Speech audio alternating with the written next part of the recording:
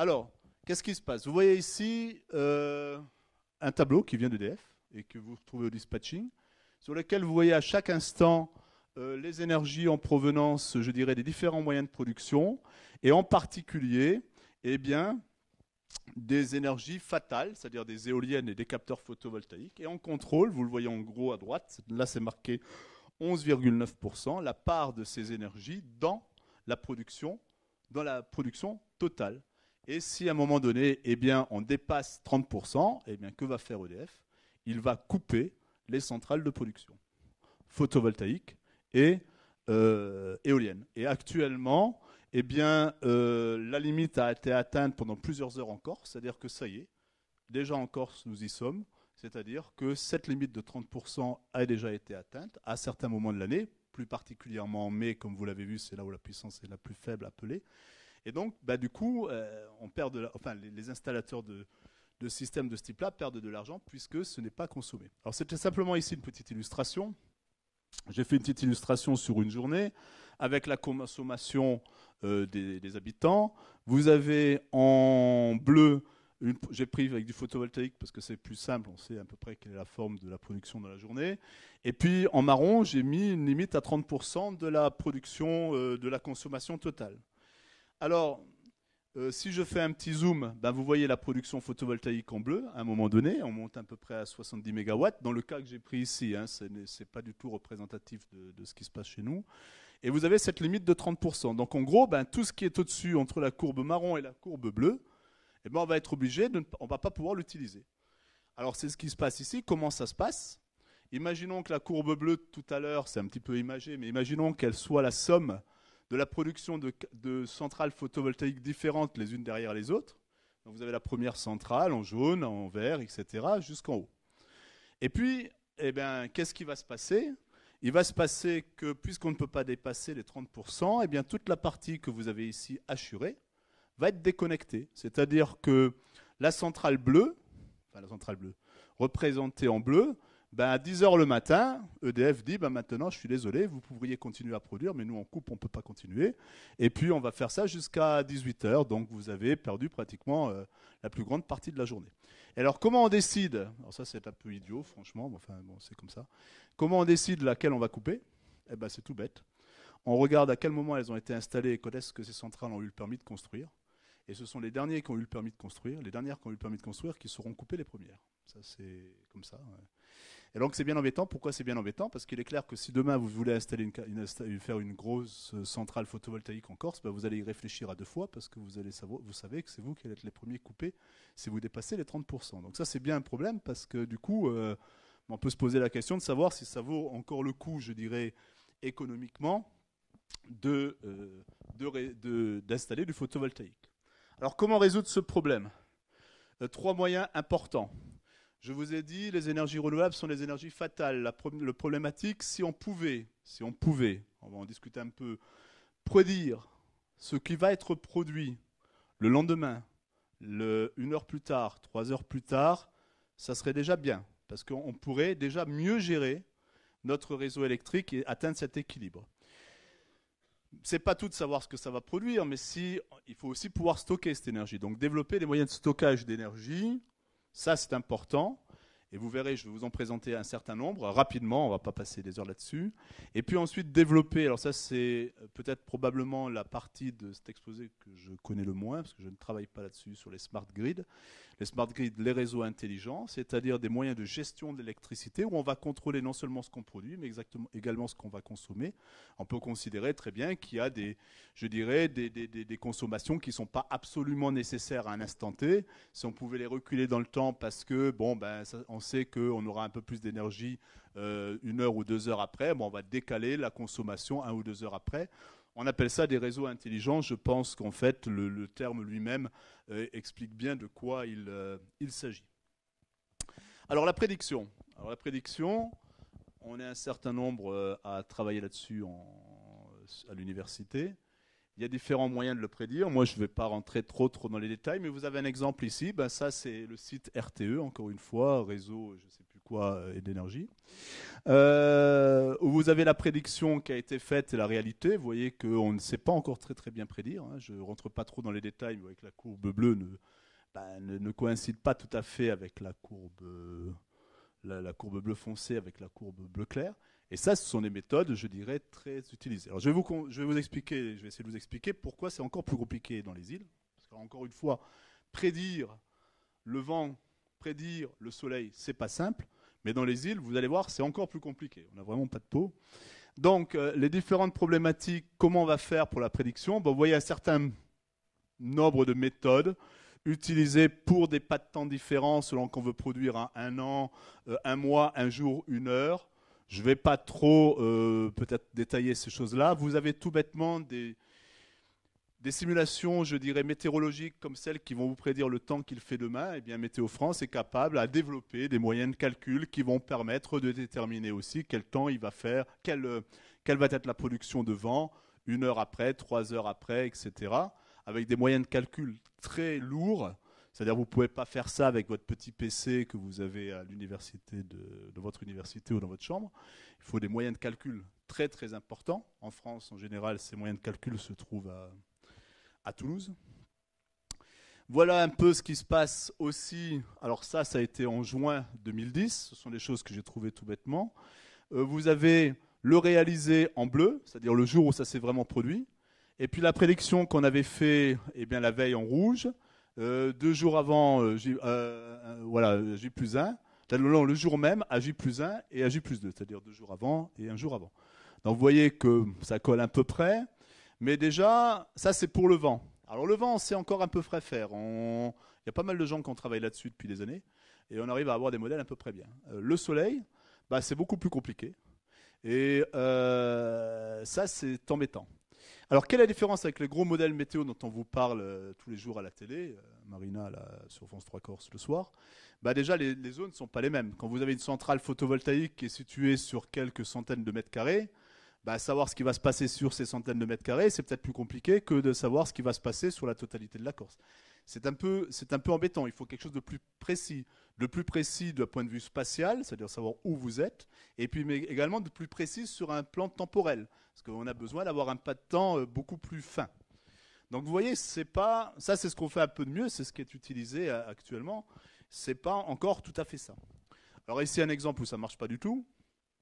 Il faut bien montrer que ça marche pas toujours et qu'on a encore du boulot pour améliorer ça. C'est pour ça que il va falloir s'y mettre sérieusement.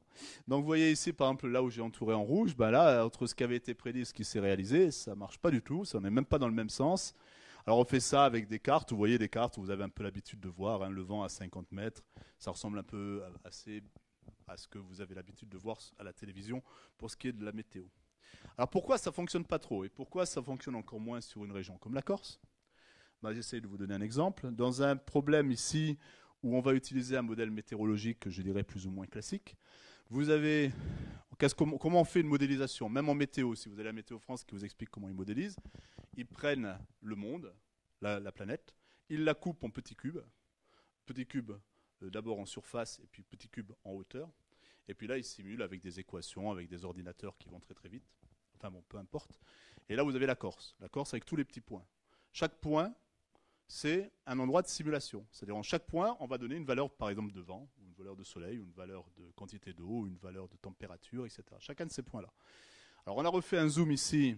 Ça, j'ai pris ça chez Météo France. J'ai un peu piqué un peu partout les transparents. Ça, c'est la région de Corté. Je crois qu'il y a Corté quelque part, d'ailleurs. Et alors, vous voyez que chaque point est caractéristique d'un carré qui fait 10 km sur 10 km. Alors si on était dans le désert, ça serait bien pratique, parce que je dirais, on peut considérer que sur 10 km sur 10 km, il n'y a pas grand-chose qui varie.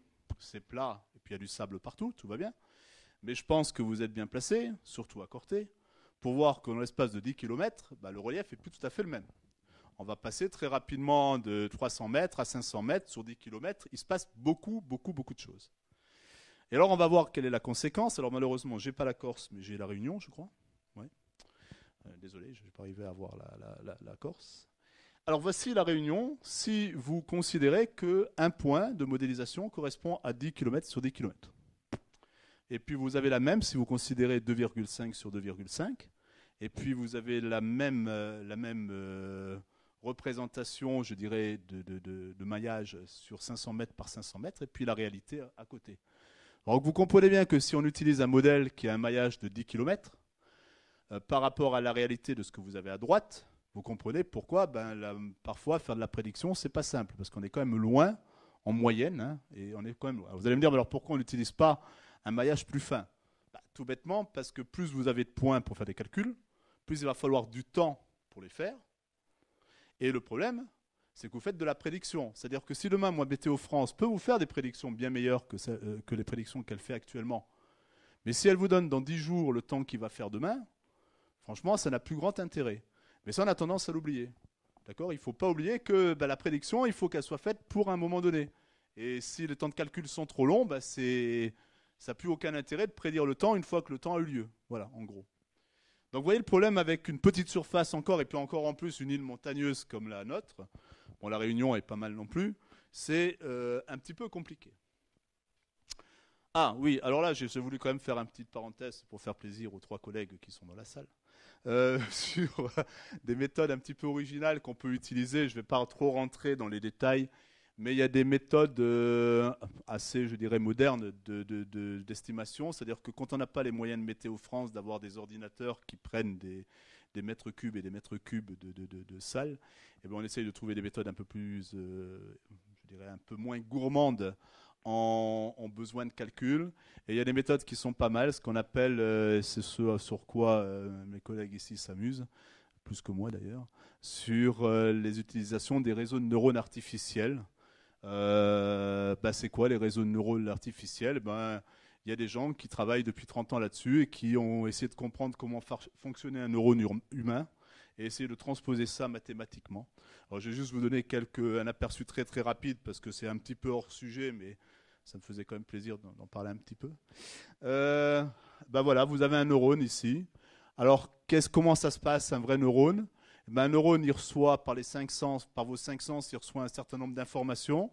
Ces informations, il les analyse, il les classe. Vous vous en apercevez peut-être pas, mais voilà, c'est ce qu'il fait. Et puis ensuite, il va les mémoriser. Et puis plus tard, il va les restituer. Bon, déjà.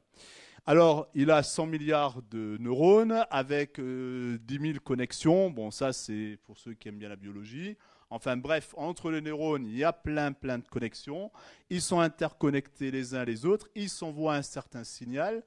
Et comment ça se passe? Eh bien, quand un neurone reçoit un signal, s'il dépasse une certaine valeur, alors le neurone d'à côté va le recevoir. S'il ne dépasse pas certaine valeur, il ne le recevra pas. C'est comme des portes qui vont s'ouvrir, des portes qui vont se fermer. On va laisser passer l'information, on ne va pas laisser passer l'information. Alors il y a des matheux, un jour, c'est des matheux, qui se sont mis à dire, tiens, on pourrait faire ça mathématiquement. Et ils ont créé des neurones artificiels. Vous avez un exemple à droite de neurones artificiels. Vous avez un vrai neurone à gauche, dessiné par moi, c'est peut-être pas convaincant. Et puis un neurone artificiel à droite, où vous avez un certain nombre de signaux qui arrivent, le bleu, le rouge, le marron. Il arrive, il y a des fonctions mathématiques, je vais laisser tomber un petit peu cet aspect-là. Le message passe ou ne passe pas. Et alors, l'intérêt, c'est ensuite que ces neurones vont être interconnectés les uns avec les autres. J'en ai mis un petit exemple là. Donc, vous avez des données d'entrée, etc. Je ne me souviens plus trop ce que j'ai après. Voilà. Et alors, le réseau de neurones, ça marche exactement comme votre réseau à vous. Quand vous étiez bébé, on vous a appris un certain nombre de choses. Et puis, à force de vous les apprendre, eh bien, votre cerveau a su les restituer. Et bien là, c'est pareil dans les réseaux de neurones. On va savoir, par exemple, pendant 1 an, pendant 2 ans, pendant 3 ans, le temps qu'il a fait à h plus 1, sachant qu'on le connaissait à l'heure h. Et on va lui dire, voilà, monsieur, voilà, au réseau de neurones, on va lui dire, voilà, chaque fois qu'on a eu ça en entrée, voilà ce qui s'est passé en sortie pendant 2 ans.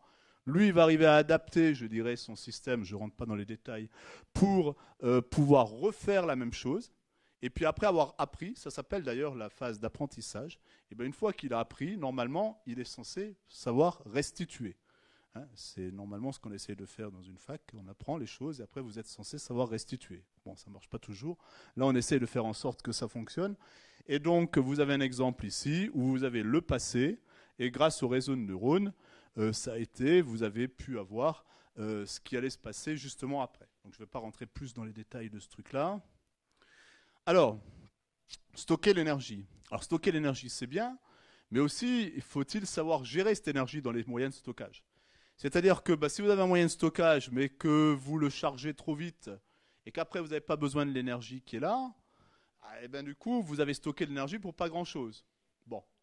Et puis si vous le déchargez trop vite et que pas de chance, juste après l'avoir déchargé, c'est à ce moment-là que vous avez besoin de cette énergie, vous vous dites, zut, si j'avais su, je ne l'aurais pas déchargé. Donc pourquoi je vous dis ça? Parce que ce n'est pas tout d'avoir un moyen de stockage d'énergie, il faut aussi savoir comment gérer son fonctionnement de manière optimum. D'où la prédiction avant, de savoir ce qui va se passer dans le futur, à H+1, H+3 et jour ça, pour savoir comment on va le faire fonctionner. On pourrait très bien se dire, tiens, j'ai de l'énergie stockée là, mais je ne vais pas le décharger maintenant, je vais attendre 2 heures, parce que dans 2 heures, je sais que dans 2 heures, le vent va tomber, et c'est à ce moment-là que je vais avoir besoin d'aller chercher l'énergie dans mon stockage. Donc ça, c'est important. Alors sachez aujourd'hui, j'ai oublié de le dire, que les nouvelles centrales photovoltaïques et éoliennes qui sont installées en France, vous êtes obligé de dire à EDF, c'est une obligation aujourd'hui, vous êtes obligé de faire une prédiction, et vous êtes obligé de dire à EDF, voilà, moi, mon éolienne qui est là, à cet endroit-là, moi, je vous dis que dans 2 jours, elle produira tant entre telle et telle heure. Alors, c'est facile à dire, c'est pas facile à faire, c'est même parfois plus compliqué que ça, mais je ne vais pas trop rentrer dans les détails. Donc, ces histoires de prédiction, c'est pas du futur, c'est actuel, c'est un besoin actuel. Alors, je ne vais pas vous faire un long speech sur les moyens de stockage d'énergie. Vous avez ici différents exemples de stockage d'énergie avec en abscisse ici la puissance des systèmes et en ordonnée les temps de stockage. Vous voyez qu'il en existe, c'est ça qui est important, il en existe énormément des moyens de stockage d'énergie à des pas de temps plus ou moins différents entre les stations de transfert d'énergie par pompage dont on parlera tout à l'heure qui peuvent avoir une autonomie de 3-4 heures à ce qu'on appelle des super capacités qui ont des autonomies de quelques microsecondes. Alors vous allez me dire, quel intérêt d'avoir des autonomies de quelques microsecondes?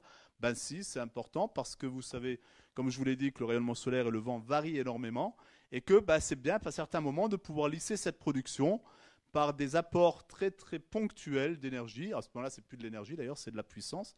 Donc ça, c'est important déjà d'avoir ça. Donc vous avez ici différents moyens, on va les revoir un peu, les supercapacités, différents types de batteries, les mêmes batteries que vous avez dans vos voitures, mais également d'autres technologies de batteries. Et on a fait énormément de progrès dans les batteries. Vous savez tous, aujourd'hui, vous avez tous des téléphones portables, vous avez tous plein d'appareils qui fonctionnent avec des batteries, donc les progrès ont été faits. On parle beaucoup de voitures électriques aussi, ça c'est un autre sujet.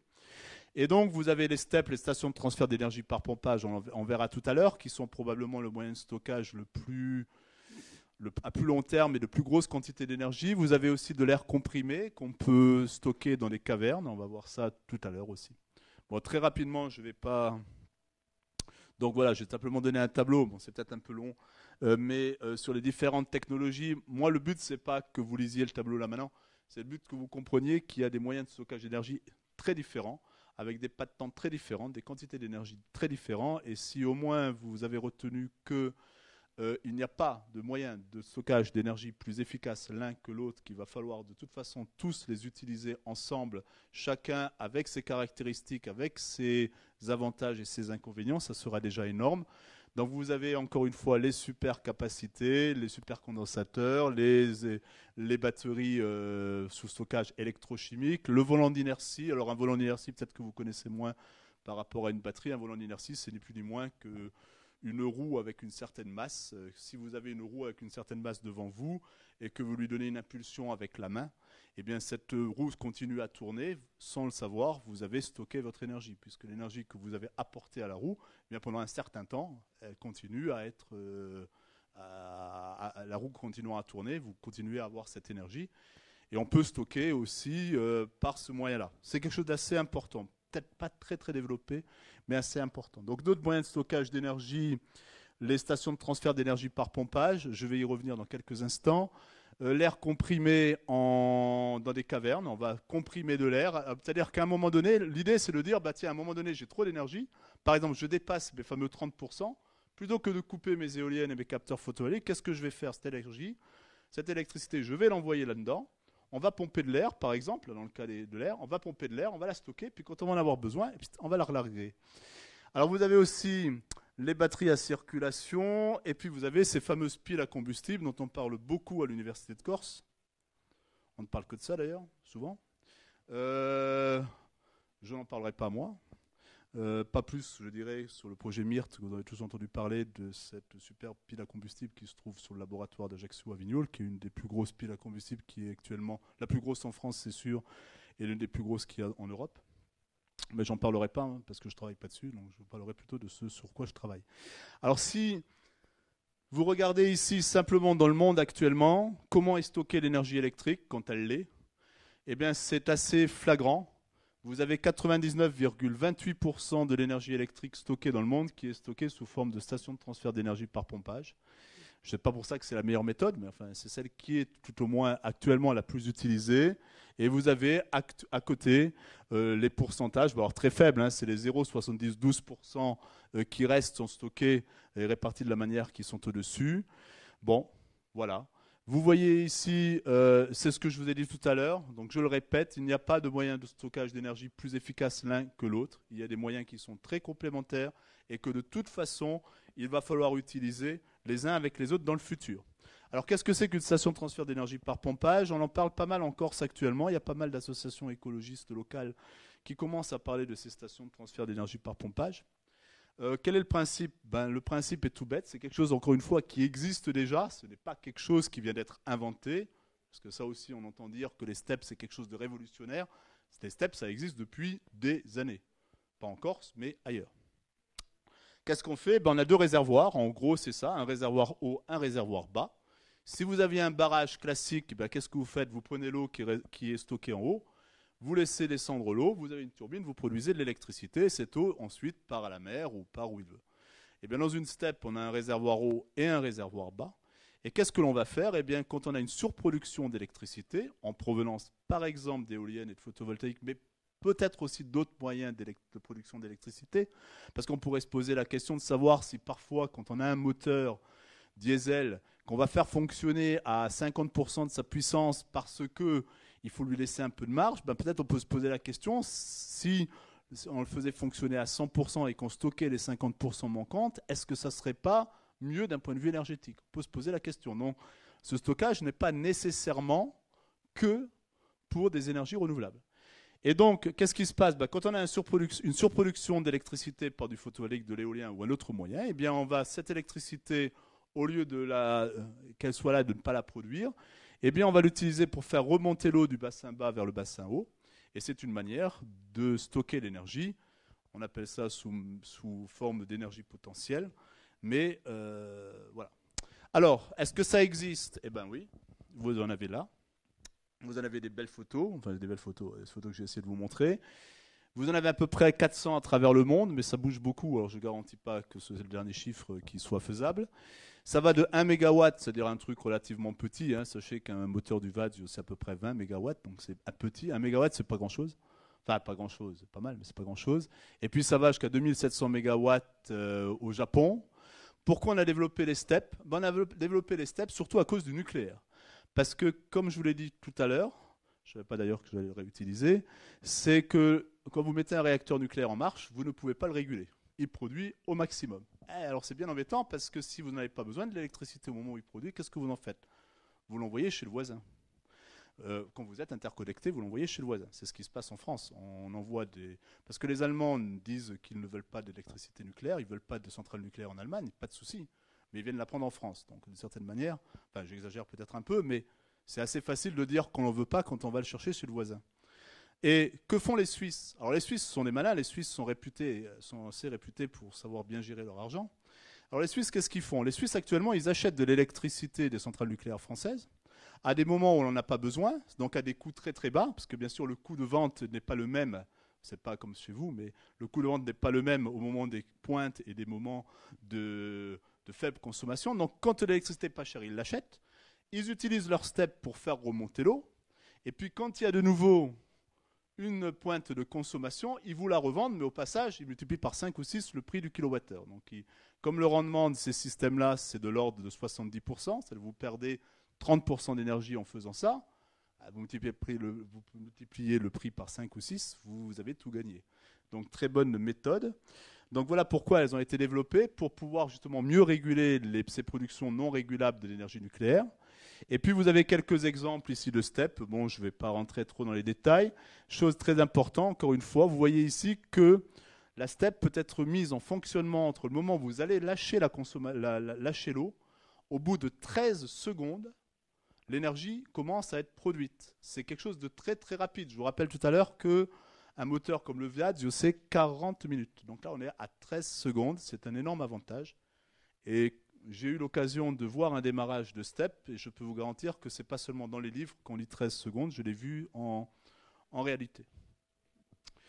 D'autres petits exemples. Alors on en rêve en Corse, on parle pas mal de ce truc-là en Corse actuellement, parce que certaines personnes dans la région se disent, ben tiens, ça serait pas mal à faire ça chez nous.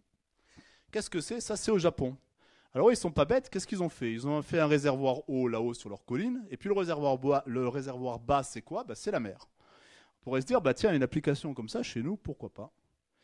Alors il y a quelques projets dont on est en train de parler ici dans la région sur ces systèmes-là. J'en dirai pas plus. Je ne sais pas ce que ça donnera. Il y a des collaborations justement avec le Japon, parce que ça vient du Japon, et il y a actuellement quelques liens avec le Japon qui se font de manière régionale pour essayer de voir si on pourrait faire ça en Corse. Alors il y a quelques projets, il y a quelques endroits où on pourrait faire ça. Alors voici un autre projet, alors ça c'est pas réalisé encore, par contre ce que je vous ai montré avant c'était réalisé. Voici un autre exemple d'une STEP un petit peu originale. Vous avez les éoliennes en mer, des éoliennes offshore, et puis le réservoir se trouve au milieu là-dessus, et puis on va s'amuser. Parce qu'on n'a pas nécessairement besoin d'avoir une très grosse différence de hauteur entre le barrage haut et bas. On peut jouer sur les débits également. C'est des petits exemples de ce qu'on peut faire avec une STEP. Encore quelques photos. Ça, c'est en Pennsylvanie.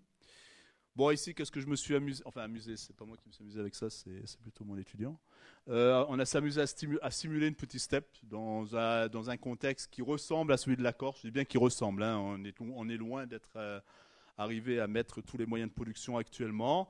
Et puis on voit ce que ça donne. Donc vous voyez ici sur des courbes, je ne vais pas rentrer dans le détail, mais vous voyez ici, par exemple, dans celle qui est en bas à gauche, le niveau d'eau qui monte dans les barrages, puis soudain on vide, et puis on remonte, et puis vous avez la part des énergies, etc. Et puis simplement les petits calculs montrent comme ça que si on mettait des systèmes de ce type-là, bien dimensionnés, on n'est pas encore arrivé à ça, que je préfère le dire, eh bien on pourrait peut-être mettre 2 fois plus d'énergie fatale sur l'île, parce qu'on aurait un moyen efficace de stocker cette énergie. Alors là, le troisième moyen intéressant, c'est gérer les réseaux intelligents, gérer intelligemment le réseau. Bon, je ne vais pas trop rentrer dans le détail, d'abord parce que c'est un domaine dans lequel je ne travaille pas, mais enfin sachez que les réseaux sont tous interconnectés, et puis on va trouver des moyens, avec les moyens informatiques qu'on a aujourd'hui, de pouvoir déconnecter certaines parties, en connecter d'autres un peu plus tard, et faire ça de manière très très intelligente.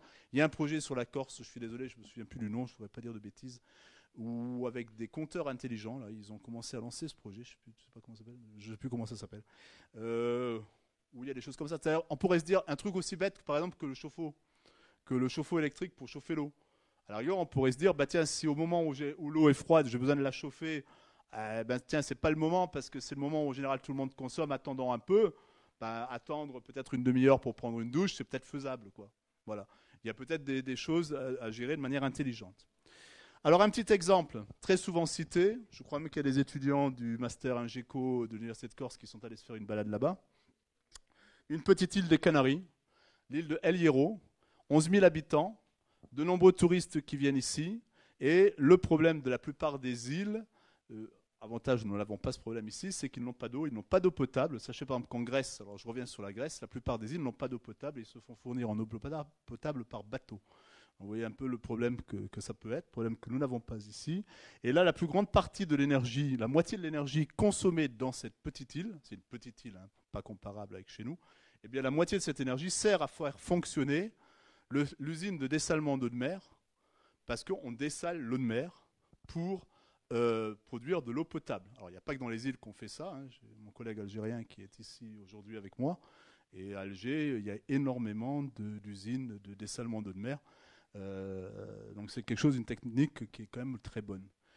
L'objectif, être autonome en 2013, on est en 2014, donc je suppose que c'est fait. Je n'ai pas été voir. Qu'est-ce qu'on a? 11,5 MW d'éoliennes franchement, c'est pas grand-chose. Hein. Une éolienne aujourd'hui, c'est 3 mégawatts, donc c'est quelques petites éoliennes, enfin, quelques éoliennes. Une steppe. Alors la steppe, ce qui est original, c'est que le réservoir haut, eh bien, c'est le cratère d'un ancien volcan. Donc on utilise la nature telle qu'elle est. Et le réservoir bas, eh bien, c'est, je crois que c'est la mer. Non, non, c'est un réservoir qui se trouve un petit peu plus bas ici. L'autonomie de la steppe, ben, à peu près 2 jours sans vent. Elle va être là pour, ce qui est beaucoup, hein, pour une steppe, une autonomie de 2 jours, c'est quand même beaucoup. Et le coût du système, paraît-il, environ 60 millions d'euros. Bon, alors attention, ce n'est pas nécessairement transposable à chez nous. Alors quelques photos simplement pour montrer que ce n'est pas qu'un projet qui va se faire, surtout que si j'ai dit que ça devait être autonome en 2013, vous avez ici quelques photos de l'île d'Aliero avec le réservoir, les tuyaux, les éoliennes qui commencent à être installées, etc.